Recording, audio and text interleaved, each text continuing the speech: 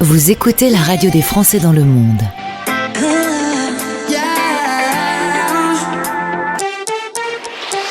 Le podcast. Eh ben, s'il y a bien une région du monde dont on a beaucoup entendu parler ces derniers jours, c'est l'Argentine. Naturellement, Français dans le monde va prendre la direction de l'Argentine. On va aller retrouver un correspondant qu'on a là-bas sur place. Jérôme Guillot est avec nous. Jérôme, bonjour et bienvenue. Bonjour Gauthier et merci de me recevoir à la radio des Français du monde. Eh ben, je suis très content qu'on se retrouve. On a déjà parlé de toi, de ton parcours, originaire de Paris, parent normand, tu fais tes études à Caen, et puis tu es professeur. En 82, tu commences avec une première classe, puis il y a le service militaire et t'es volontaire, direction l'Amérique du Sud, et depuis... C'est l'amour avec l'Amérique du Sud. Voilà, c'est ça, c'est le virus. Alors évidemment, un professeur passionné d'histoire, tu as écrit un livre, Résilientia, qui est un recueil de témoignages. T'as vraiment les deux pieds dans l'histoire, tu aimes ça? J'aime ça, oui, je suis très intéressé par l'histoire et le fait d'être en Argentine avec tout ce qui s'est passé ces dernières années en Amérique latine m'attire d'une manière très, très claire. Alors, pour faire un petit cours théorique sur l'histoire politique et les coups de théâtre argentins, il y en a eu quelques-uns quand même, hein, si tu nous résumes un peu le XXe siècle.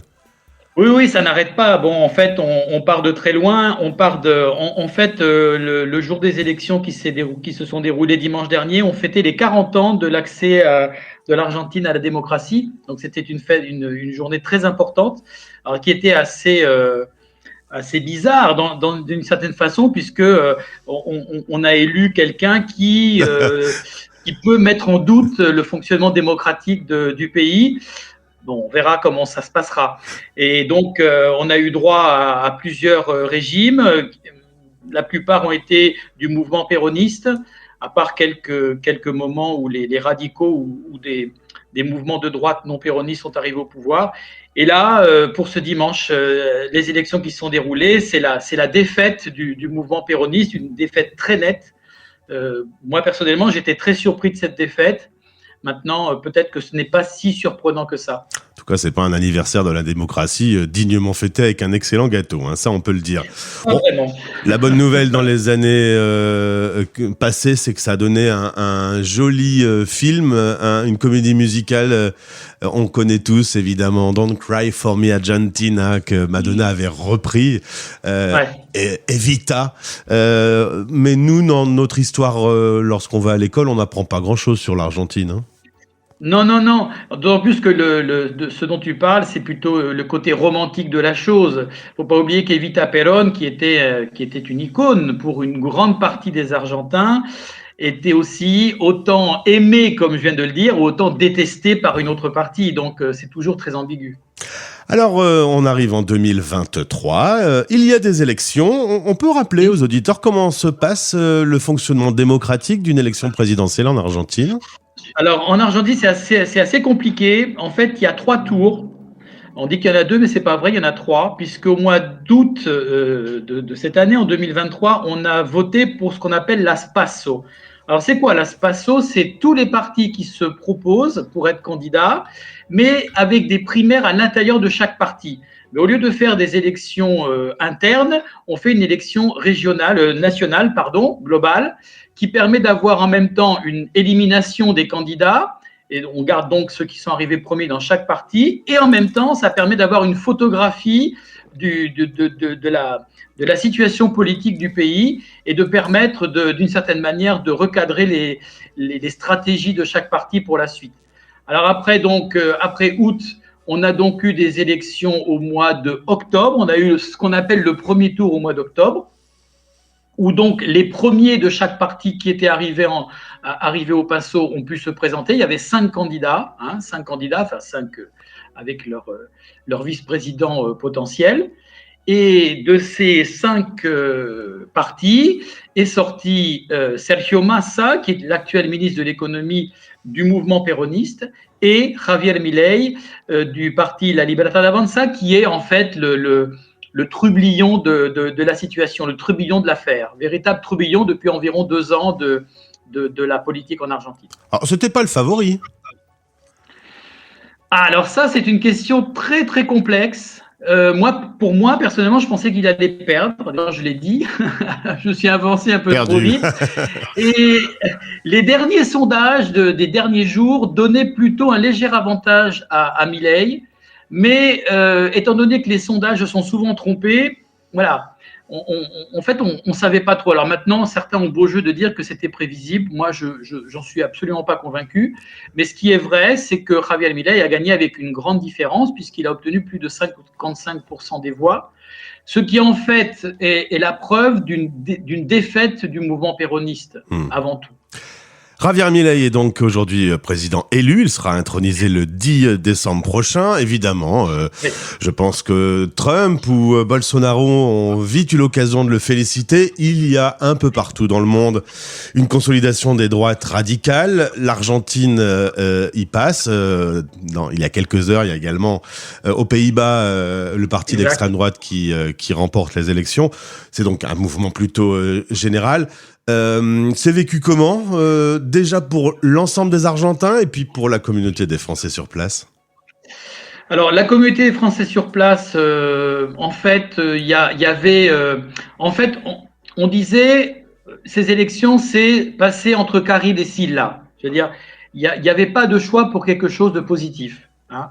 La politique de Massa était un échec total, puisqu'on est actuellement officiellement à 140% d'inflation, faut pas l'oublier, et on annonce plutôt un 180%. Cette semaine, les prix ont explosé. D'accord ? Ah mais aussi radicalement que ça. En quelques jours, ça monte. Oui. Ah bah oui. Le lundi, il y avait 35% d'augmentation dans plein de produits, bien sûr.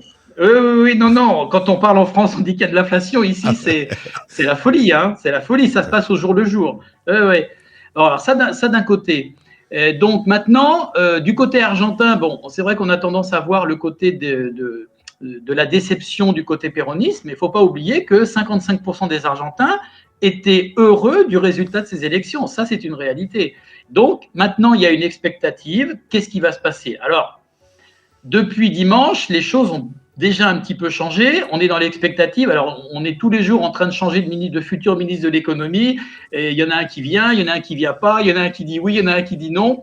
Et en fait, Milei, qui était si péremptoire, au moins jusqu'à dimanche soir, là plutôt, il se distingue par une certaine discrétion. Et donc, en fait, pour l'instant, on navigue à vue. On sait déjà que certaines dispositions qu'il avait décidées ne seront probablement pas mises en place lorsqu'il sera président. Parler, par exemple, d'une dollarisation. Et manifestement, il n'y en aura pas. Manifestement. Enfin, ce sont les derniers échos mais ça peut changer. En Argentine, tout change dans la journée. Oh, mais Jérôme, même en France, un candidat peut promettre des choses qu'il ne va pas tenir. Hein. Ah oui, non, mais aujourd'hui à la radio, j'entendais un truc absolument incroyable, génial. C'était un commentateur qui disait que, de toute façon, Milei avait dit des choses avant les élections. Maintenant, il fait autre chose. Il est devenu pragmatique et c'est tout à fait normal. Donc, en gros, c'est normal de mentir. C'est vrai. Je t'ai posé la question, puisqu'on m'a dit que ce monsieur était un ancien polémiste sur les plateaux télé. Est-ce que c'est une espèce de Zemmour ? Tu me dis pas vraiment. Non, pas vraiment.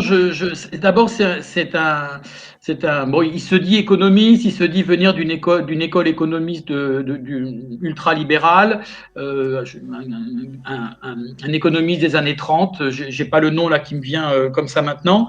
Et il intervenait dans les émissions de radio. Maintenant, il n'était pas, je pense pas qu'il était animateur de radio.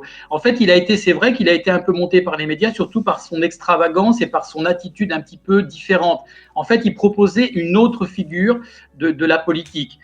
Extrême, bien entendu, des insultes, des mots très, très durs, etc. Mais il a su, à sa façon, récupérer la déception d'une très grande partie des Argentins sur la politique traditionnelle des partis actuels. Ce qui est déjà en contradiction avec ce qu'il fait maintenant, puisqu'il s'est allié avec un des partis qui, justement, a échoué déjà aux élections et au gouvernement. Le droit des femmes, le droit des homosexuels, l'avortement, on est sur des thèmes. Ça fait un peu froid dans le dos, pour résumer. Oui, mais on ne sait pas ce qui va se passer. Là, je ne peux rien te dire. On ne parle que d'économie actuellement. On ne parle que de ça. Bien, Jérôme. honnêtement, toi, tu as eu un coup de cœur, on l'a dit en intro, sur l'Amérique du Sud. Tu t'es intéressé à la vie politique, qui a été pleine de coups de théâtre. Encore il y a pas longtemps au Brésil, c'était un petit peu aussi qu'un cas. Comment tu vois les choses pour toi?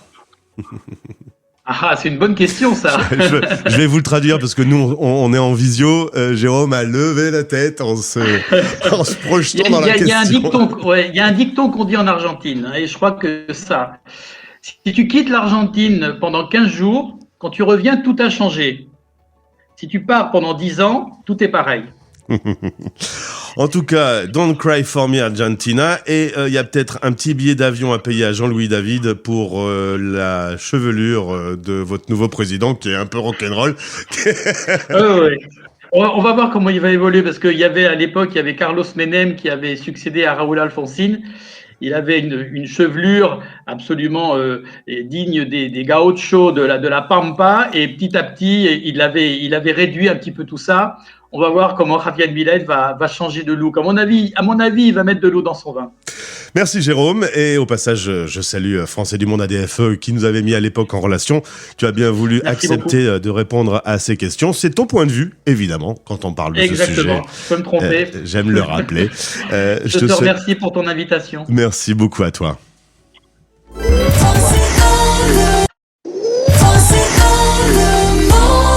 Français dans le monde.fr